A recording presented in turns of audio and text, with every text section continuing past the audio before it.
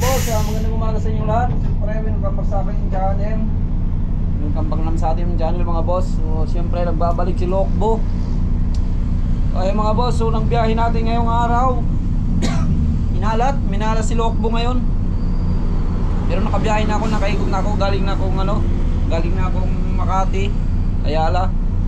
Nakaikot na ako, sayang maganda pa na sana yung pasada namin ngayong umaga. Maganda yung ikot. Kaya lang mga boss, pagbalik yun, minalas. Sumabog yung gulong ni Lokbo mga boss. Nasabugan ako ng gulong. Papakita ko sa inyo mga boss yung gulong ko. Sumabog. Nabugan tayo ng gulong. Buti na lang kamo mga boss. Sumabog yung gulong ni Lokbo. Hindi sa S-Lex. Medyo mabilis pa naman yung takbo ko sa S-Lex kanina. 80 yung takbo ko kanina sa S-Lex. Buti sumabog yung gulong ko mga boss dito na sa dito na sa tawag dyan, sa Susana Heights. Paglampas na ng Susana Heights saka siya sumabog.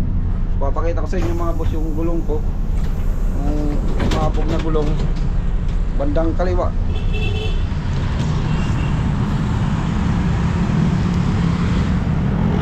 Ano wasak?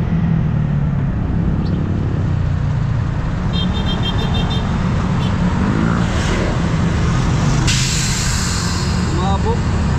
Sigurado mo walang labas-labas supply. Okay, panglabas. Buti mga boss, panglabas yung sumabog, hindi yung pangloob. Ay hindi, buti ka mo.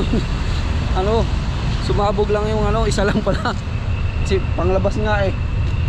Mas safety yung sumabog mga boss, yung gulong, yung pangloob, wag yung panglabas. Pero buti na lang, hindi naman ako puno eh. Hindi naman tayo puno ng pasahero, kunti lang yung sakay ko eh. Kaya hindi gaano hindi naman siya nag-wiggle. Parang diretso pa rin yung takbo ko. Kaya lang yung pasahero siyempre nagulat. Kasi malakas yung pagsabog. Laki ng wasak eh. Tingnan natin. Nabanting ko kaunti.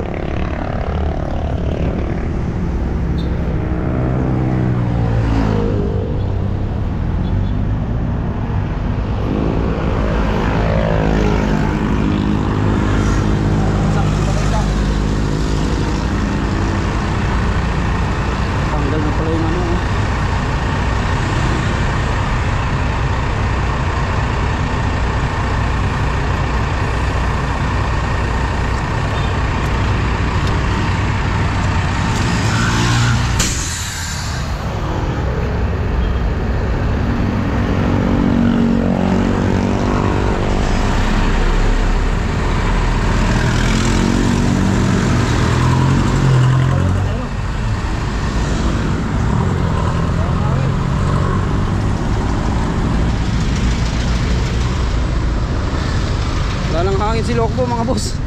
Ang bihira oh. So ngayon mga boss, punta tayo ng garahe. Trouble tayo.